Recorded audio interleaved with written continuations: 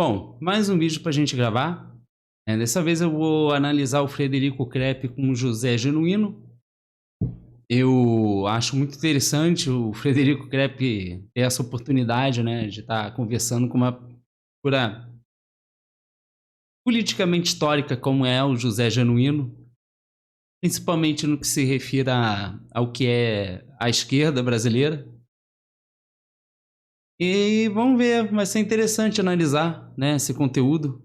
Eu assisti o Frederico Crepe contra o pessoal do MBL. Eu achei que ali os trabalhistas foram muito bem no debate. Revelou muita coisa.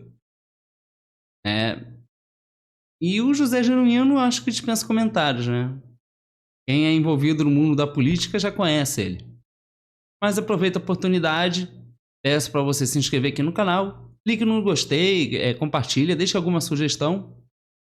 Qualquer ajuda aqui no meu pequeno canal vai ser bem-vindo por isso. Bom, recado dado, né? Agora vamos para o mais importante, né? Vamos ver como é que tá esse conteúdo aí. E vamos ver se a gente vai ter alguma coisa muito reveladora aqui. Com o Mercosul e celebra essa ficção. E celebra essa ficção, esse sistema que está funcionando para servir mas a esses países em parte eu concordo contigo, Frederico, mas vamos considerar uma coisa.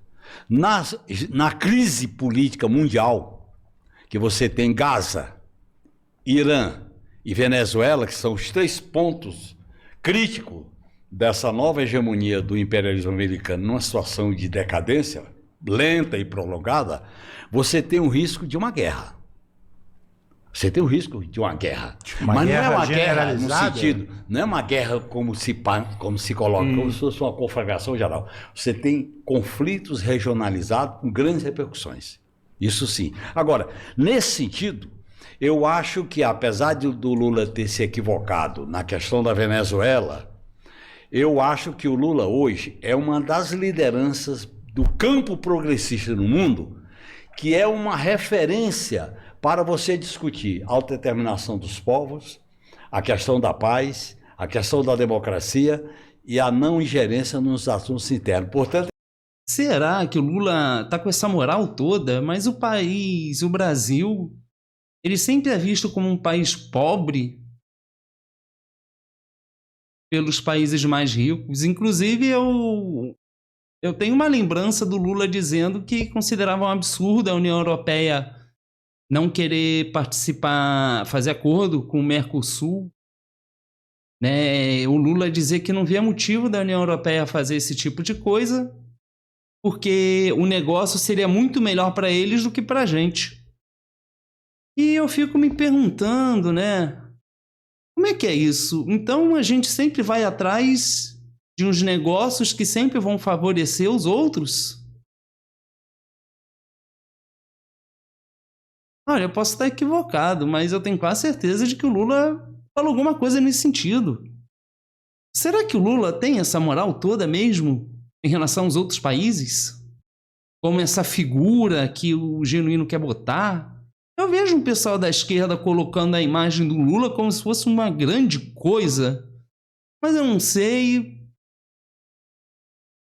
Não é o que eu vejo se refletindo nos grandes países, nos países ricos. O que eu vejo é os países ricos pressionando a gente sempre para sustentar eles. Talvez o acordo Mercosul-União Europeia, esse comentário do Lula pode ter sido nesse sentido, né? Vai saber, né? Mas que é estranho é. E devemos sempre questionar o que essas figuras públicas falam. Ele faz um contraponto com a política imperialista. Agora, esse contraponto é delicado, porque ele não pode fazer a confrontação aberta, porque na correlação de forças não permite, mas ele não pode aceitar. Correlação de forças é sempre uma desculpa para justificar uma limitação, né? Mas é correlação de forças que só vale para uma coisa, né? Para as questões econômicas, em termos de medidas de austeridade, ou até mesmo em questões de você liberar verbas de BNDES para iniciativa privada, nunca teve problema nesse sentido. Inclusive, não tem problema nas pautas populares, né? E as pautas populares sempre é aquela coisa para tentar remediar a impossibilidade de um aumento real no salário mínimo. Você sabe que existem economistas que dizem que o nosso salário mínimo, para a gente ter uma vida digna, é mais de 20 mil reais, né?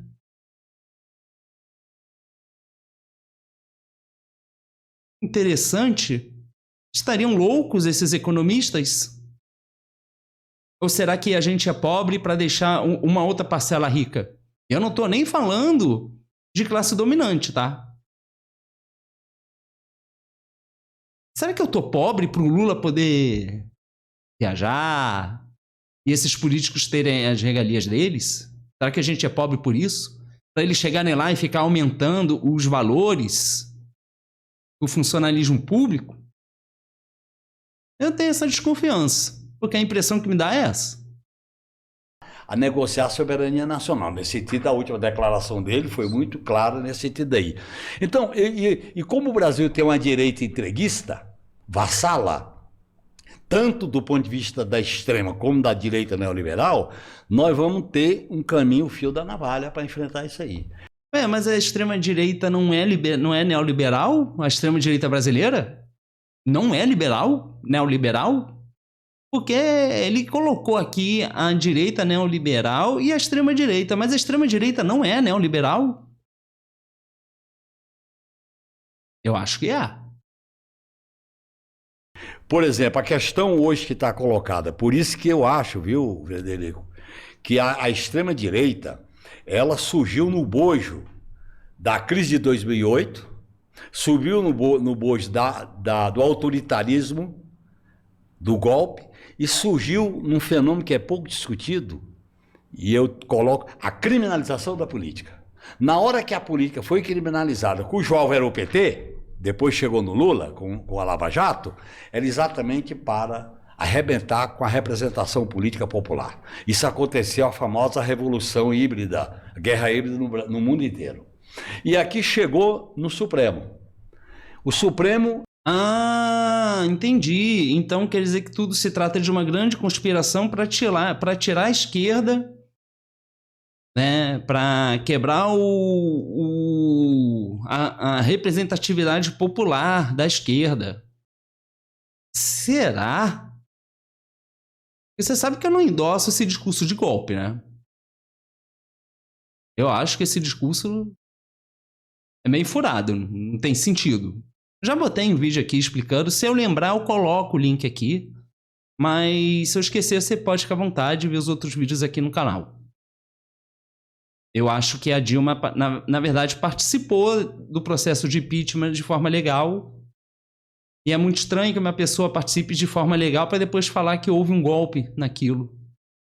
Sendo ela presidente e tendo o comando do exército. Complicado. Incentivou os monstrinhos. Onde é que estava a Zambelli? Em frente à Fiesp, fazendo proselitismo. MPL, essa turma toda. Bolsonaro, essa turma toda. Só que os monstrinhos viraram monstrões. E os monstrões fascistas não queriam ser controlados. Por isso que houve um enfrentamento com o Supremo. E como a roupagem do Supremo o Supremo ficou nu com o Intercept, né? Aí teve que fazer um remanejamento, um reajuste disso aí. E eu acho que, nesse sentido, é um processo muito rico, porque o Supremo hoje tem um papel positivo em julgar e condenar os golpistas. Agora, nós não podemos abraçar o Supremo e dizer que o que ele está fazendo tudo é correto. Não é tudo correto. Então, nesse sentido, o PT foi vítima, viu, Frederico, de um processo violento. Eu acho que na democracia liberal, nenhum partido, no caso do Brasil, é claro, e eu digo, quiçá do mundo, que foi violentamente combatido como o PT. Não, houve esse caso. Uma hegemonia da grande mídia, a criminalização. Não, houve um consórcio naquele momento. Um consórcio barra pesada. Então, esse é um ponto bom também de debate, que eu concordo em boa parte do que o Genuíno colocou, só que eu só queria complementar com um ponto que eu acho que é importante a gente também não ignorar isso, que igual eu estava discutindo essa questão da gestão do modelo neoliberal e tudo, naquele momento, nesse período da década de 2010, a gente está vendo as consequências da crise de 2008 no mundo inteiro. E um dos problemas políticos dessa crise de 2008 é o problema político da destruição e da perda de popularidade dos partidos políticos tradicionais. Então, no Brasil há esse processo que ele foi impulsionado pela Lava Jato, mas esse é um processo global. Você pega, por exemplo, nos Estados Unidos mesmo, a direita tradicional do Partido Republicano ela foi substituída pelo trumpismo. Sim. Lá no Partido Democrata mesmo, você tem uma contestação muito forte pela esquerda com a candidatura do Bernie Sanders, que era uma candidatura para os Estados Unidos, uma candidatura social-democrata, mas para a realidade dele é quase um revolucionário. E você tem essa contestação. Você tem, por exemplo, na Europa, a Grécia, o Partido Social Democrata tradicional da Grécia, ele foi dizimado eleitoralmente porque ele estava no governo comandando a agenda de austeridade que afundou a Grécia. Você tem na Espanha o Partido Social Democrata da Espanha, que ele também afunda eleitoralmente. Então, todo esse processo também está associado a uma dinâmica em que você tem partidos tradicionais e partidos com essa força popular, esse histórico popular, tocando políticas que, no fim das contas, são políticas que estão gerindo ali um sistema que é um sistema que é contra também a própria base. Isso é verdade, isso que ele está falando é verdade. Inclusive, eu digo que afetou os partidos tradicionais, mas eu acrescento que também houve uma questão muito de um sentimento de decepção em relação à própria esquerda. Eu acho que muitos militantes, muitas pessoas de esquerda também se sentiram meio que traídas pela esquerda. Eu mesmo, por exemplo, não me identifico com... Eu não me identifico com nenhum político. Eu não me sinto representado por ninguém. Eu acho tudo um grande teatro. Essa coisa de direita e esquerda, para mim, é uma grande distração. Porque a base real, né, o que sustenta o nosso país, o que sustenta o nosso país e faz ele ser o que não é alterado. Então fica essa coisa de direita e esquerda, né, que eu sempre critico isso nos vídeos. Não digo que eu sou contra ser de direita ou esquerda, a minha questão, na verdade, está acima disso. Eu acho que tudo bem você ser de direita ou de esquerda, que você tem que seguir um script ali. E eu acho que o pessoal da esquerda ficou um pouco decepcionado, sim. Porque começou a aderir umas políticas neoliberais. E que muitas pessoas da esquerda esperavam que fosse ser contra. Esperavam que aquele representante político fosse ser contra. E aí que está o meu problema da representatividade. Então eu acho que isso também entra. Muitos partidos de esquerda aderindo ao neoliberalismo. Simplesmente isso. Nesse sentido, não relativizando a questão da Lava Jato, e aí nós concordamos integralmente, né? Inclusive, para mim, a Lava Jato ela tem um componente até externo, no sentido de ingerência externa na política brasileira, com procuradores embora aqui. Eu considere que dentro do próprio PT também eles tiveram aliados. Talvez aí a gente conversa até em off sobre isso. Tinha infiltrados ali no PT? Imaginar aliados do PT e o PT sendo criminalizado. Quase acabou. Quase acabou. O PT quase acabou. Então, mas não teve puxado de tapete lá dentro? Não teve. Até porque, meu, quando veio... Quase destruíram o PT. Quando veio a ofensiva da Lava Jato... É muito interessante, né? Essa visão de achar que todo mundo é imaculado. Tipo, se passa a percepção de que as pessoas não podem errar, né? E um partido, parte-se da ideia de que um partido nunca vai assumir que ele está errado. Sempre vai jogar por uma questão de terceirizar a culpa, ou de dizer que naquele momento era aquilo que se acreditava ser o melhor. Mas muitas vezes esse argumento de que naquele momento se acreditava ser o que era melhor para ser feito, para mim não tem muita sustentação, porque, veja bem, olha, o exemplo, veja o que eu comentei em relação à própria questão econômica. Tem economistas que dizem que o salário mínimo deveria ser uns 23 mil reais. Para que todo brasileiro tenha uma vida digna. Por que isso não anda? O que está sendo feito para lutar, para mudar isso? E por que o Estado trabalha dessa maneira? Porque, veja, que se a população quiser conversar com algum presidente, ela não consegue marcar reunião. É sempre com... A reunião acontece com membros de um determinado grupo que vai representar aquelas pessoas.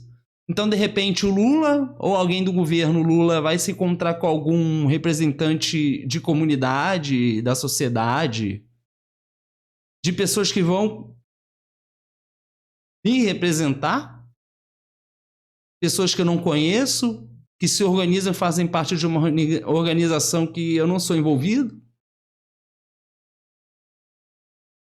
Sendo que eu já escolhi um político para estar lá para fazer isso por mim.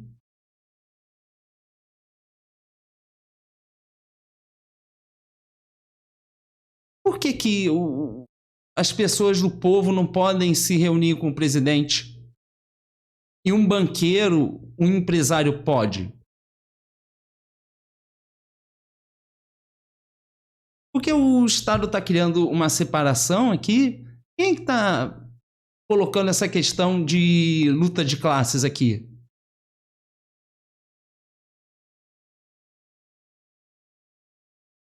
Porque, veja, a Constituição diz que não tem esse troço aí de um ser mais tratado que o outro, não. De onde está vindo isso? Não vamos questionar isso?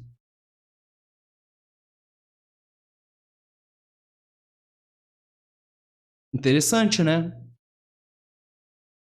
Você pode dizer o seguinte, teve gente do PT, a gente podia ter... Que veja, que se a gente tem pessoas, né, renomadas das universidades, e sempre que o governo o governo quer fazer X coisa, essas pessoas elas vão criticar o governo, olha, tá errado, não pode fazer isso. Então, aí o governo vai falar assim, não, mas é que eu acredito que é o melhor para ser feito. Mas peraí. O Lula acredita o que é melhor para ser feito segundo o quê? O que ele acha?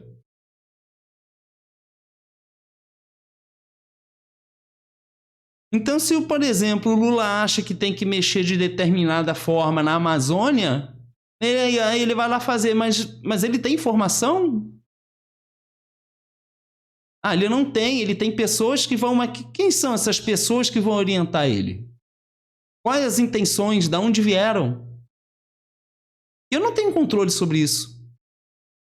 E aí eu votei nele e ele vai falar que vai me representar? Veja, que loucura isso.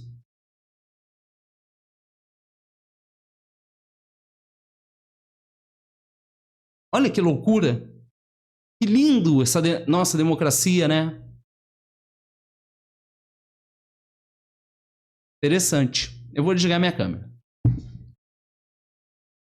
Combatido aqui de maneira mais contundente. Agora, dizer que tinha partidário daquilo dentro do PT, mas não mesmo tinha. que inconscientemente, o pessoal, eu acho que contribuiu. Frederico, o que aconteceu ali... Traição na política é o que mais tem. Quem garante que ninguém do PT trai um ou outro ali? Isso é impossível saber. Não tem como saber. Esses ministros aí do Lula, por exemplo, eles nem se entendem entre eles. É um querendo aparecer mais que o outro. Por que o que impede o PT de ser uma coisa divina que está desprendida de qualquer outra coisa que envolva qualquer relação humana.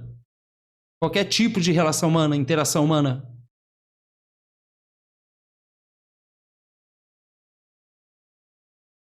E perceba que é sempre um argumento de que o PT nunca está errado. São as circunstâncias ao redor do PT que prejudicaram o PT. O PT nunca está errado em nada. E olha que eu lembro que muitas pessoas criticaram o PT cobrando uma autocrítica. Interessante, né? A gente tem que entender é que quando os caras colocaram a questão moral e a criminalização do PT, teve 3 vítimas. O PT, alguns foram vítimas, está aqui uma vítima. O segundo enfrentou, e o meu candidato a deputado federal soube enfrentar o Rui Falcão, e teve o acovardamento. Não é fazer o serviço do imperialismo, é o acovardamento e não peitar. Político. Acovardamento não, eu acho. Não é isso que você falou, é bom usar as expressões. Joga tudo pro imperialismo. O PT não está errado em nada. O PT é um partido santo. É um partido que está acima de tudo que a gente já viu na política no Brasil.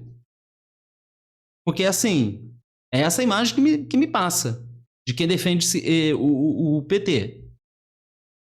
O PT nunca está errado. O governo Lula nunca erra. A Dilma nunca errou. Ninguém erra. Se erra uma coisa aqui ou outra ali, é pontual. É uma espécie de defensismo. Por quê? Porque o PT assumiu ao longo da sua história um atalho, que eu sou crítico desse atalho. O moralismo político para a esquerda é uma faca de 2 gumes, como diz Vicente Mateus, de 2 legumes. Porque o moralismo leva a gente a se confundir com o status quo.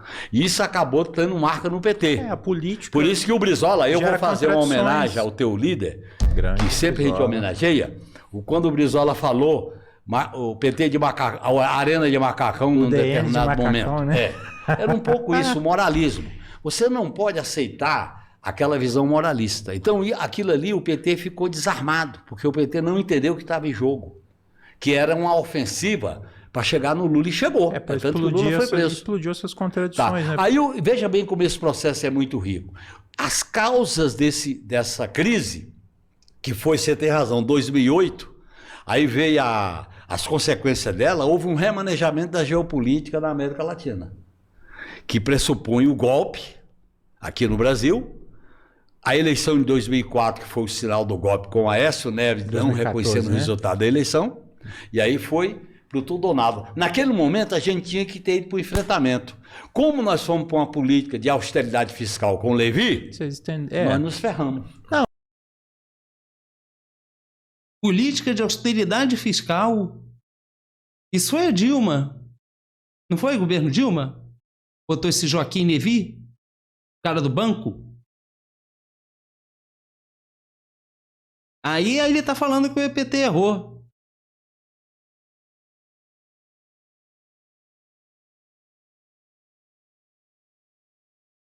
Então, cabe a crítica, né? Por exemplo, essa medida de austeridade que ele está reclamando na época que a Dilma fez, ao meu entender, é uma coisa que está acontecendo agora.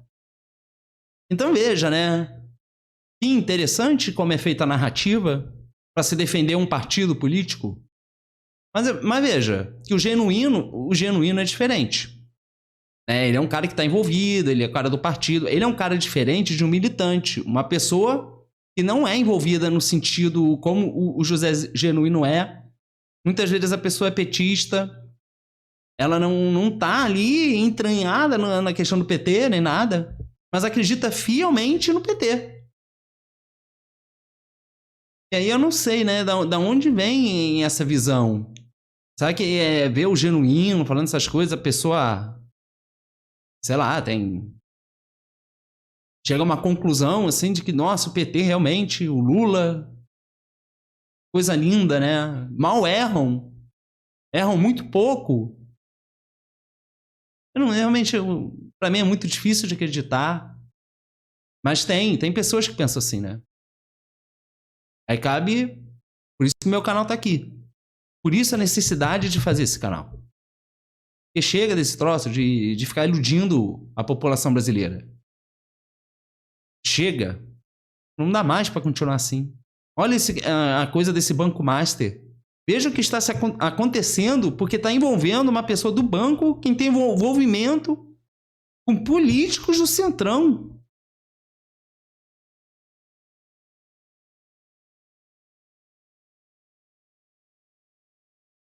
Que coisa, né? Incrível isso.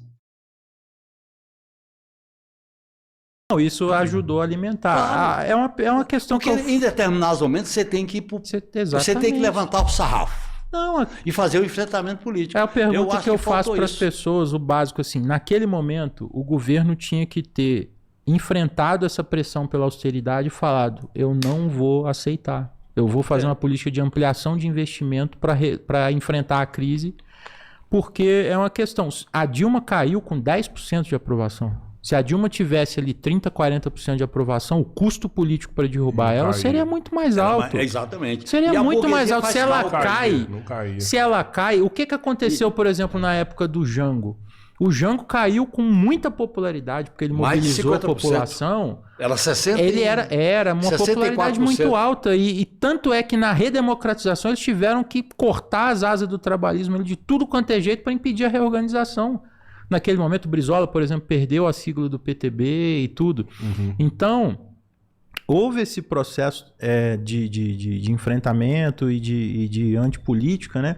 Só que aí eu acho que tem um elemento aqui nesse ponto, que é o seguinte: se você observa nesse período do impeachment, da Lava Jato, a prisão do Lula, todo esse processo, você vê uma série de... Você vê que teve um consórcio que se formou, que é um consórcio ali, você pega setores da direita brasileira, consórcio da maldade, à direita. Todo mundo, tirando o PT, o PSOL, o PCdoB, o PDT e alguns outros partidos menores, todo mundo passou a apoiar politicamente o impeachment da Dilma, porque era inviável politicamente defender ela por conta da impopularidade. Você tinha essa pressão do judiciário em cima, a Lava Jato. Você tinha a própria imprensa, a Globo, bancando esse discurso o tempo inteiro, e você tinha o judiciário dando anuência para tudo que estava acontecendo na Lava Jato. Só que, na minha leitura, o Bolsonaro ele é um filho feio desse processo, né? Ele é meio que uma espécie de anomalia que apareceu ali e que surfou nessa onda da antipolítica e do antissistema para se eleger. Isso é muito interessante, porque... Por que a Dilma ela estava muito antipopular? O José Genuíno disse aqui que o grande erro do PT foi adotar essa questão de política de austeridade. Nesse sentido, de botar esse tal de Joaquim Levy, esse cara Levy, banqueiro. Mas veja que não foi bem isso, né? Era época de Copa do Mundo. Eu lembro que teve a manifestação pela redução da tarifa de ônibus. Essas pessoas foram muito reprimidas. E houve uma movimentação orgânica nas pessoas indo para as ruas, porque era a época de Copa do Mundo e a prioridade do governo Dilma era a Copa do Mundo. Estava se dando muita prioridade para isso e as pessoas estavam achando um absurdo que a questão de saúde, de educação e segurança, e que é tudo aquilo que, né, a população pede há não sei quantos milênios. Nesse momento em que a população começou a se revelar por causa da questão da Copa do Mundo, inclusive o jogador Ronaldo falou que não se faz Copa com hospital, né, uma declaração, uma afronta direta à reivindicação da população. E veja que ele está querendo adentrar numa questão privada, um evento privado, que é a Copa do Mundo, para uma questão do bem comum da população. Porque se eu saio na rua para pedir segurança, saúde, educação, seja lá o que for, nesse sentido, que é um aspecto que engloba a nossa sociedade, a nossa população, o nosso dia a dia, eu não estou pedindo nada demais. Se eu tô saindo, eu tenho todo o direito de fazer isso, porque eu tô pagando imposto.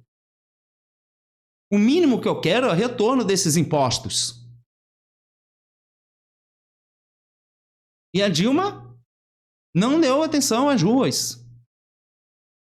Não fez o que eles falaram que tinha que combater, a questão do neoliberalismo. Ela não fez isso, ela abraçou o neoliberalismo.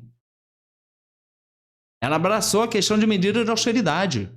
E veja que agora a gente está tendo isso de novo. Esse troço de teto de juros, sei lá o quê.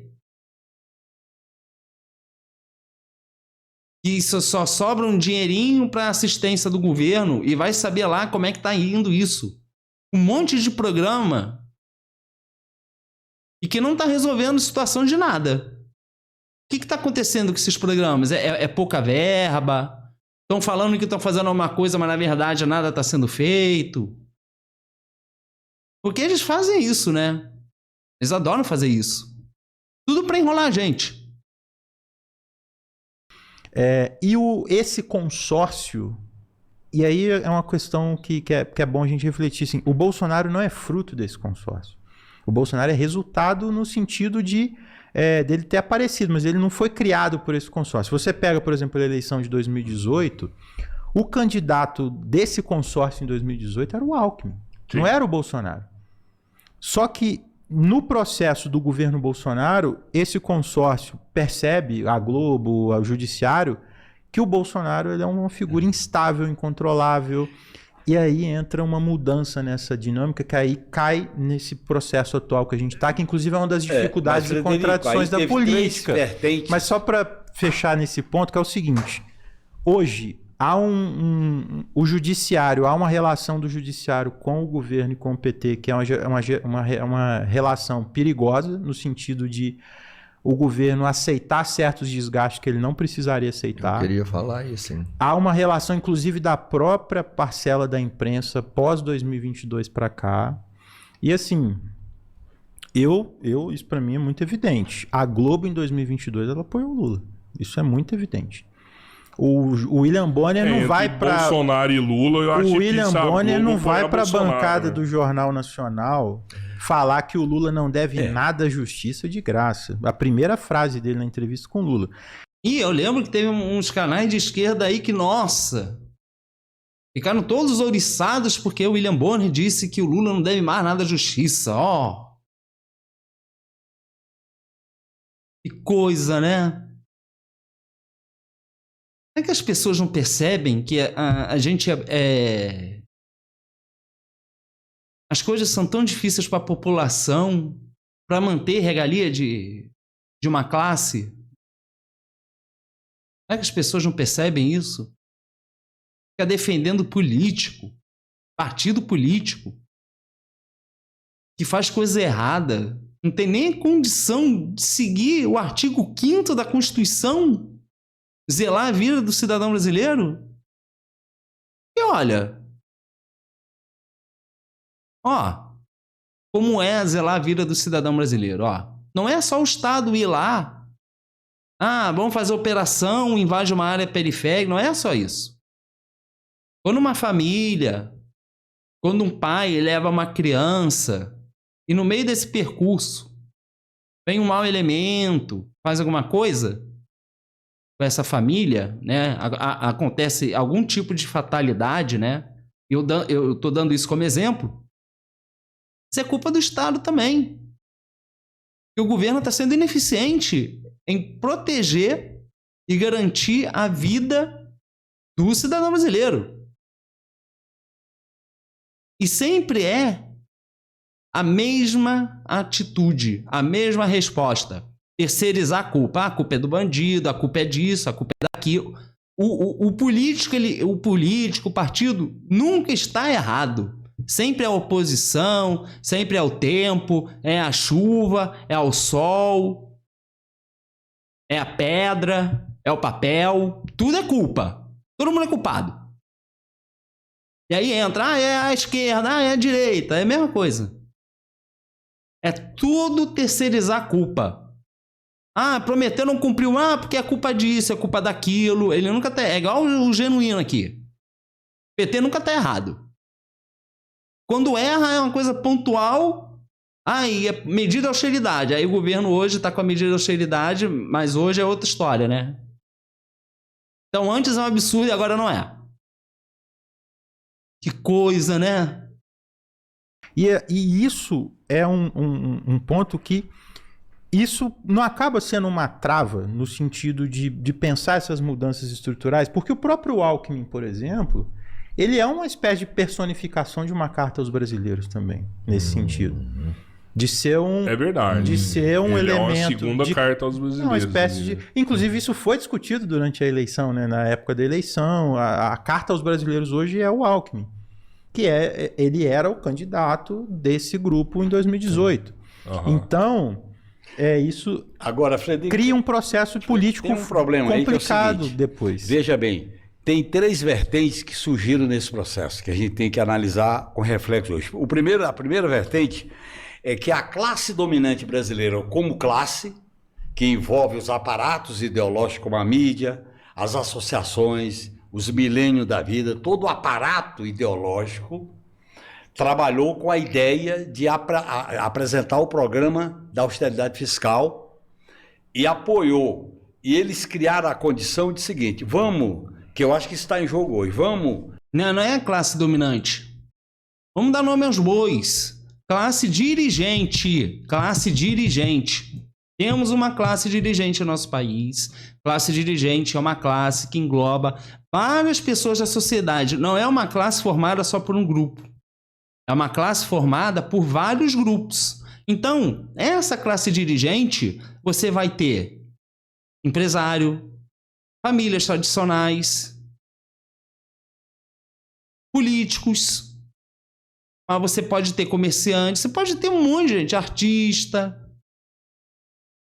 Tudo é classe dirigente. Todos eles. Por quê? A classe dirigente, aí é que está a questão. A classe dirigente, ela não é formada só por um grupo. Então não é uma classe formada por empresários. É uma classe que também tem empresários. O que faz uma classe dirigente, um país, uma sociedade? Impõe a visão de mundo deles. Então, por exemplo, se eu tenho a Rede Globo, e as pessoas falam, a Rede Globo, é classe dominante. Sim, é classe dominante. Mas a classe dominante, ela só está preocupada com a questão econômica. Ela não está preocupada com a questão cultural. Ela só quer saber da questão econômica. Uma classe, classe dominante, Magazine Luiza. Magazine Luiza. Ela é classe dominante, porque ela só quer saber da questão econômica. Mas a Rede Globo não é só classe dominante, ela age também como classe dirigente. Por quê? Porque ela começa a colocar na cabeça da população a visão de mundo no qual eles, como classe dirigente, acreditam. Por que a classe dirigente? Porque ela dirige o país culturalmente, pela visão de mundo, pela forma como as relações sociais vão se dar. Muitos políticos fazem parte dessa classe dirigente. O Haddad, por exemplo, ele já é classe dirigente. O Lula, porque eles estão influenciando a gente. Então, veja bem, é muito fácil você, classe dominante. E quando você faz esse tipo de discurso de que a classe dominante é culpada de tudo, sendo que você está ocultando outra coisa, você não está sendo honesto. Porque se você aponta como uma coisa errada, uma coisa que não é, aquilo não vai para frente. Porque não é aquilo. Por exemplo, é eu dizer que o Lula é comunista. Esse pensamento de que o Lula é comunista não vai para frente. Porque ele não é. Ninguém vai acreditar em mim. A não ser as pessoas que... Talvez, a não ser que eu seja uma pessoa desconectada da realidade e eu tenha um grupo que também seja. Talvez esses, né, podem aderir a esta ideia. Mas é uma bolha, né? Imagina, você vai chegar para a Rede Globo e falar que a Globo é de esquerda? Quem é que vai acreditar nisso? A Globo é classe dominante e classe dirigente e age em favor de seus interesses. Se quem está lá é ao direito ou à esquerda, que vai fazer os interesses dela, para ela pouco importa. É claro que a classe dominante olha, prefere ter uma representação dela como uma figura presidencial, por exemplo. E nem estou falando a classe dominante de uma maneira geral, porque eu duvido que a classe dominante inteira seja contra o Lula. É claro, existe a questão particular. Eu gosto dele ou não gosto. Mas acima disso está, ele está fazendo o que é bom para mim? Porque se está fazendo, tá ótimo. Olha, por exemplo, esse pessoal do agro é classe dirigente, não é? Não financiam cantores sertanejos? Agora, não são todos, né? Acho que alguns ali acabam só sendo classe dominante mesmo, porque está só focado na questão da grana. Criar constrangimentos, porque se a gente perde o candidato, o Lula nós vamos criar a situação tal que ele vai ter que governar com o nosso programa. A mídia pensa assim, nós vamos criar tal constrangimento que ele não vai ter autonomia para fazer certas mudanças. Então, a questão do sistema financeiro, austeridade fiscal, privatização. Imagina! A classe dominante quer isso? Então tem alguma coisa estranha, porque aí aquela história lá do empréstimo do Lula. Então essa classe dominante ataca o Lula. Vamos botar esse governo aí para ficar sendo mal visto pela população, para ele implementar as políticas que a gente quer? Então quer dizer que aquele troço do empréstimo do Lula, então...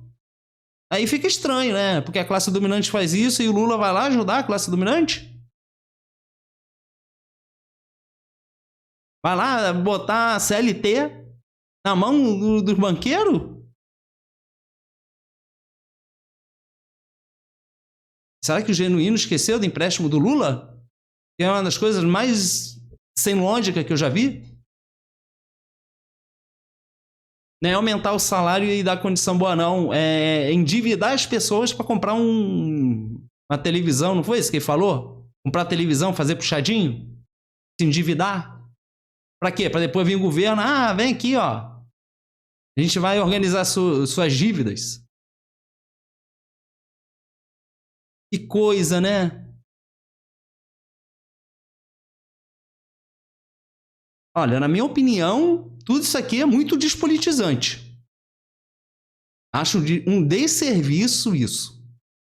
Mas é o Genuíno, ele é do PT. Então, assim, isso para mim diz muita coisa, né? Do nível de sinceridade que a pessoa está tendo aqui. A segunda coisa é que o Bolsonaro, ele teve o componente militar, que a gente está desconsiderando.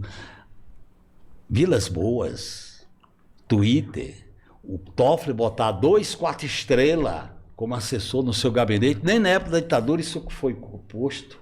Mas quem botou o Toffoli foi o Lula. Isso é coisa do Lula. Isso é problema dele. Ninguém mandou ele botar o Toffoli. Ele botou porque ele quis. Foi indicado. Bom, agora ele tá aí com esse troço do Banco Master, né? Que troço vergonhoso. Escândalo. Que coisa, né? 2 4 estrelas para ser assessor dele. E o componente militar. O segundo componente é que a crise social do neoliberalismo, porque o neoliberalismo é a destruição dos direitos. A crise social colocou a massa humana no deserto. E aí veio o discurso do ódio, da violência, do medo, com a pauta, a pauta dos costumes. Essas 3 vertentes produziram o Bolsonaro para derrotar a esquerda. Porque a direita sabe fazer as coisas. Quando o Lula poderia ganhar do Collor em 89, a Globo agiu militantemente com a edição do debate para botar o Collor. Depois tirou o Collor. Eles fizeram campanha para constranger o Lula. E o Bolsonaro, em 2018, eles achavam que o Bolsonaro ia se adequar ao sistema de poder. Sim. Ele não imaginava que ia ser... De certa forma, é esse processo que você descreveu também, né? Claro. Em relação ao próprio Lula, né? Então, de constranger o Bolsonaro. Por exemplo, qual é o debate que nós estamos fazendo agora, que eu acho que é fundamental, é o seguinte: o Lula tem que ir para essa disputa com um programa de transformações estruturais e deixar claro, e é importante que ele seja bem votado, para ele não para essas peias não agirem no constrangimento. Não é que você faz acordo. É que os caras criam um discurso da austeridade, do sistema financeiro, das privatizações. Você vê a campanha que os caras estão fazendo pela privatização com a crise dos Correios, né? Para constranger o governo, politicamente, a não fazer mudanças mais estruturais. Por isso... Para constranger o governo... não precisa, né? O Lula vai lá fazer o empréstimo do Lula... E botando sem teto de juros. É o banco que define os juros. Que é isso? Que constrangimento é esse? Quer dizer que o Lula está se constrangendo a esse ponto? Pô, eu não tenho como acreditar numa história dessa. Olha como esse pessoal é. Eles mentem pra gente, eles distorcem a realidade para botar a nossa goela abaixo, a visão deles, para eles ganharem na retórica política aí e ficarem mais tempo no poder. E ficar dando essas migalhas aí pra gente, endividando a gente. Depois vai falar que é para humilhar o governo. O governo arruma um programa para endividar a população brasileira para beneficiar outros grupos de brasileiros e vai falar que é constrangimento isso. Vê se isso é uma coisa que tem cabimento. Vê você aí se isso é uma coisa que tem cabimento. O que eu acho, viu, que aí eu voltaria, Frederico, àquela questão que você colocou. Hoje, quando a gente fala revolução, não é... E eu estou à vontade porque eu participei de experiência de resistência armada. Quando a gente fala revolução, não é luta armada. Quando a gente fala revolução, não é assaltar o Palácio de Vera. A gente fala de um processo de conquistar corações e mente, criar uma contra-hegemonia, trabalhar nos aparatos públicos, nos aparatos privados. E veja, né, que ele está falando aqui de constrangimento, ele mesmo disse que a Dilma tomou um caminho errado do neoliberalismo. De austeridade.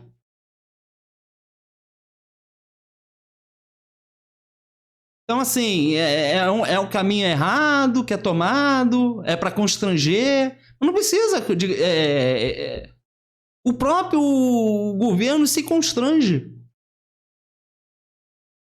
Olha, eu não contei aqui. Pesquisa você. Se a Dilma endossou mais escola, mais saúde e educação na época da Copa. Que não falou nada, deixou o pessoal se repreender. Depois teve o impeachment, ninguém quis ir lá apoiar a Dilma.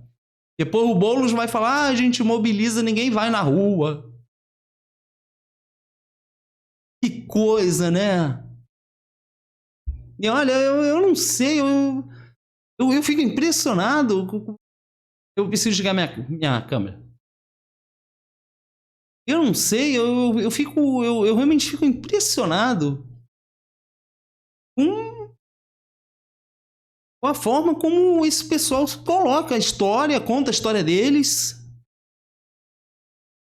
Eu acho incrível como eles apagam umas coisas, mudam as outras coisas e nunca estão errados. E quando erra, fala que está errado, ele se contradiz, porque é para constranger o governo, que representa as classes populares. Aí tem que constranger o governo. O governo fica tão constrangido que pratica medidas de austeridade, vai dar como solução para a população se endividar com banco, sem teto de juros, dando a CLT na mão do banqueiro. Olha, que coisa incrível, né? Meu Deus! Quem acredita nisso? Você criar institucionalidade de baixo para cima, você cria um movimento organizado de opinião pública militante. Que movimento organizado de opinião pública militante o governo está fazendo?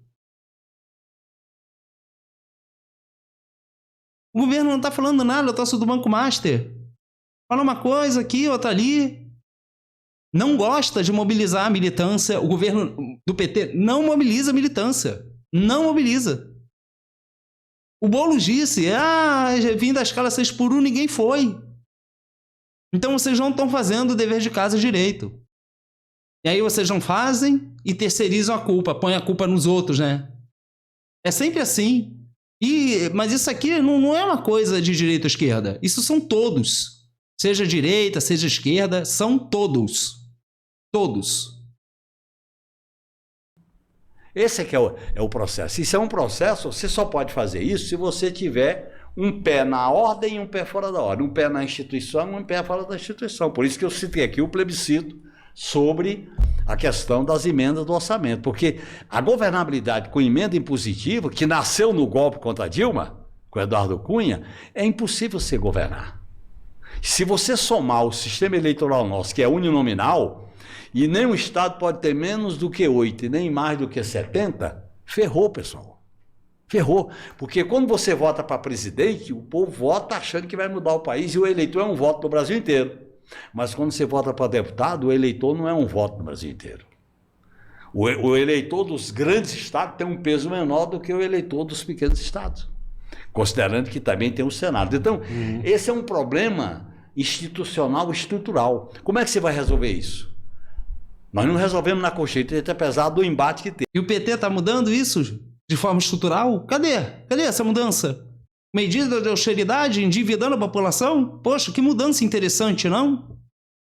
Teve. Se você fizer uma consulta popular plebiscitária. Eu estou convencido que emendas impositivas a gente só arrebenta com elas se fizer um plebiscito. E eu estou à vontade. Mas vai fazer um plebiscito com essa população que fica caindo nessas histórias?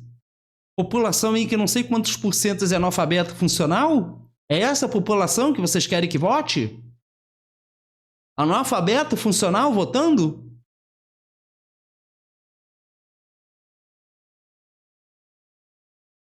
Quase 30% da população analfabeta funcional?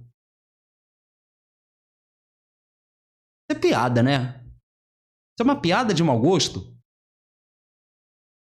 O que o governo Lula está fazendo para mudar isso?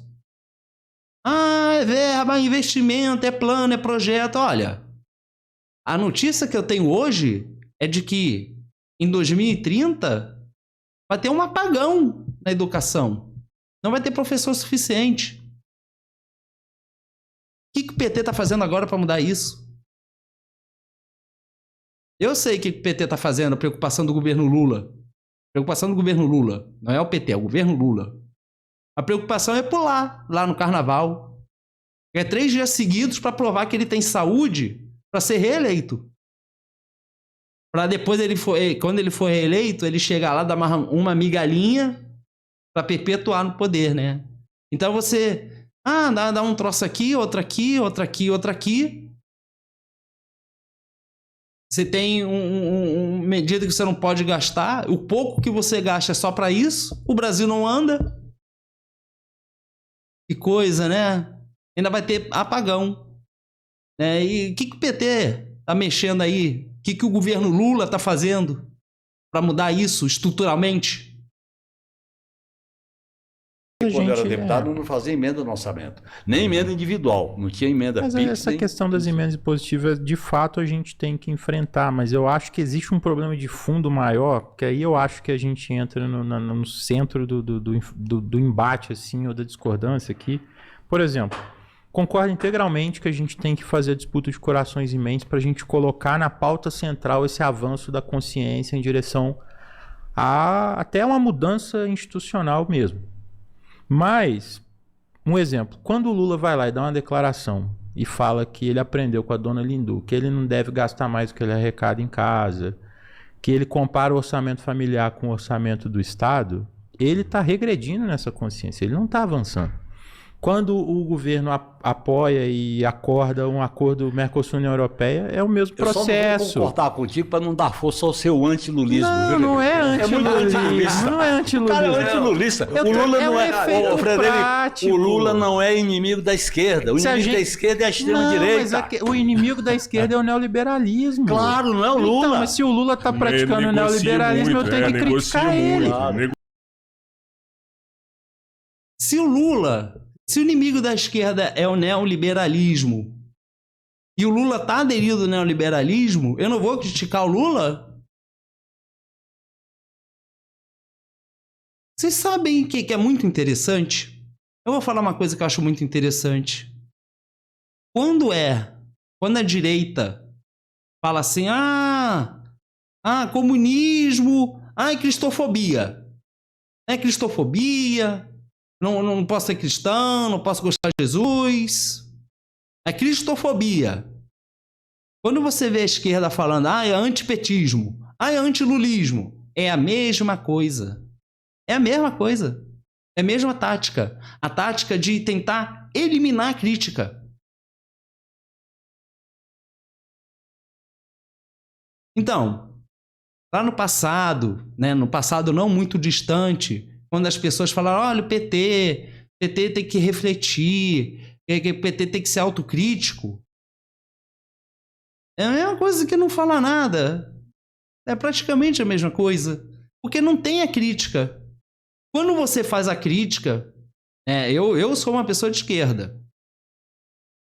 Então eu faço críticas aqui à direita e à esquerda, porque eu já falei que eu estou acima disso.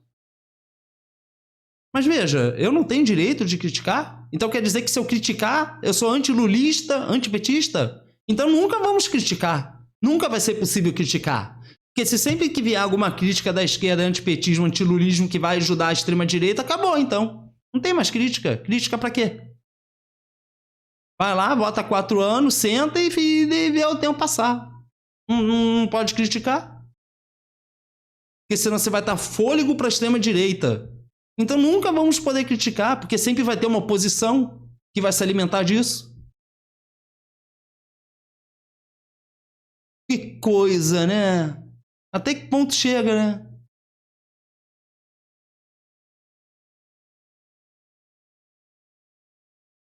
Olha, que coisa, hein? Olha, é incrível, né? Mas o que mais me impressiona é que eu não fico surpreso com isso. Isso aqui, na verdade, é que eu espero, é isso mesmo.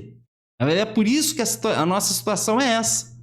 Carrega o país todo nas costas, né? A gente aqui, 99%, carrega o país nas costas. O Lula viaja, todo mundo pula carnaval. Todo mundo por seus próprios interesses. A gente aqui bancando aumento de custo de judiciário, de funcionalismo público, de político, seja lá o que for. Eu não tenho dinheiro aqui para comprar uma cadeira nova. Eu tenho que usar aqui travesseiro aqui, sei lá o que, almofada. Que coisa, né? E ainda vem a pessoa aqui pra ficar de lorota aqui, querendo me enrolar. Ainda tem essa, né?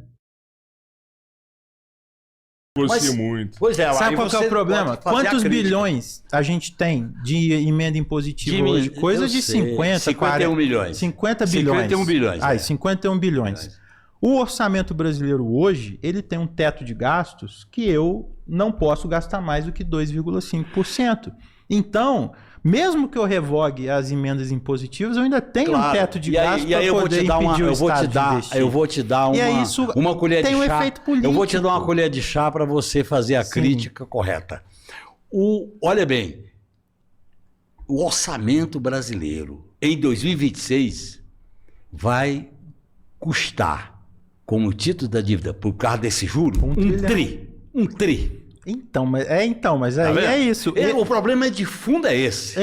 Não só isso. Não necessariamente. Porque 1 trilhão isso é realmente um problema. Da dívida pública. Isso é um problema, mas então, aí que entra esse debate. Por que está em 1 trilhão?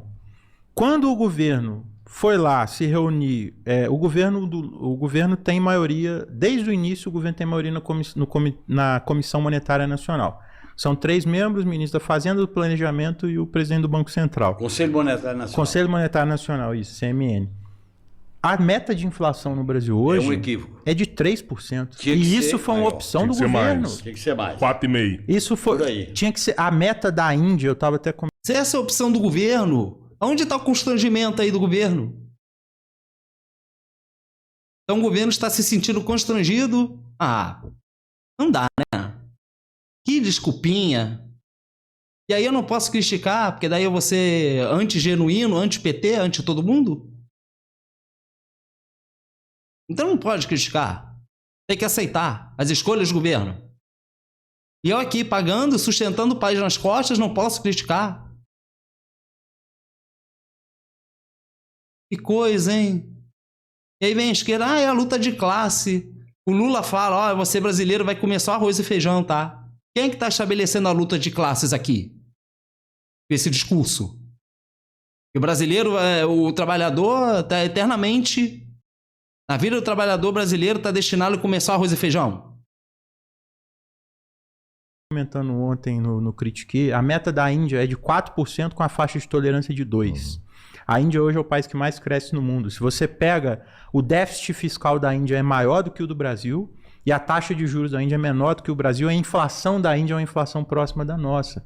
Então, essa meta de inflação que o Brasil tem é uma meta de inflação que ela estimula os juros altos. E aí você tem uma realidade hoje no Banco Central que você tem a presidência do Banco Central e os principais diretores, todos indicados pelo governo, votando unanimemente para manter uma taxa de juros em 15%. E aí entra esse problema de leitura política, de consciência que a gente precisa fazer avançar e nesse sentido há um embate a ser feito, não no sentido de antilulismo, mas no sentido de você debater as premissas da política econômica. Se você pega um exemplo agora, o Guilherme Melo, que é secretário de Política Econômica do Haddad, ele foi indicado para ser diretor do Banco Central, em uma das direções. Vai ser indicado ainda. Vai ser, e agora está tendo uma avalanche, uma pressão muito forte do mercado contra o Guilherme Melo. E aí você pensa assim, o Guilherme o cara é o Mao Tse Tung do PT, né, cara? O cara vai chegar lá, vai defender, estatizar tudo e tal. E aí quando você vai ver o que o Guilherme defende, o Guilherme foi um dos principais defensores e formuladores do teto de gastos. Ele defende uma política, ele defende uma leitura econômica que não se deve enfrentar o mercado, porque o mercado vai reagir, isso vai ter constrangimento e vai derrubar e vai enfraquecer o governo. É mais um liberal. Ele ali. defende, inclusive, a premissa liberal de que é consenso, ele afirma isso, inclusive quando o teto de gastos foi implementado, ele afirmou que é um consenso de que o controle da relação dívida-PIB é essencial para você estimular o crescimento econômico, dentro de um discurso que todo o mercado também defende. Então, se a gente não tem um instrumento político e um instrumento na comunicação, no debate, para poder fazer esse questionamento, a gente não consegue entrar nessa disputa ideológica. E aí fica tudo restrito a essa polarização em que o mercado ele demoniza o PT de uma forma exagerada. E eu acho que isso daqui é um consenso. Ninguém aqui defende que o Lula é um revolucionário. O Lula ele não é um cara que ele traz grandes problemas para o mercado, mas o mercado ele continua. Então, mas por que isso acontece? Porque o mercado ele não se sente representado pela imagem do Lula. É uma questão de representatividade, é só isso. Olha, eu olho para a presidência e não me identifico com esse sujeito.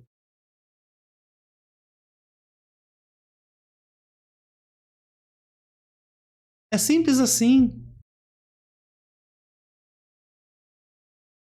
Se for um Tarcísio, por exemplo, talvez o mercado se identifique. É só uma questão de representatividade, é só isso. Ah, mas é uma pessoa da esquerda. Não interessa para o mercado. É a esquerda? Ah, então... Mesmo que o Lula ainda coloque na mão dos banqueiros a CLT. Para endividar o trabalhador. Gente, olha... Antes de direita ou esquerda, a gente tem que ficar de olho, porque a gente está pobre para deixar uma galera aí de boa, hein? Porque se aumentar o nosso, vai ter que diminuir por outro lado.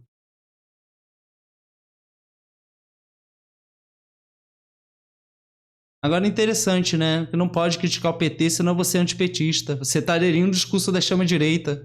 Qual é o momento certo, então, para criticar o PT? Tem tempo? Tem tempo que eu critico que eu não vou ser antipetista? Antilulista? Que coisa, né? Pior desculpa, né? A desculpa, então, é a pior coisa. Mas é isso. Vamos ficar de olho, hein? Vamos cobrar e vamos pro concreto. Constituição Federal. Essa é a via que a gente tem que ir. Então é isso, gente. Tchau.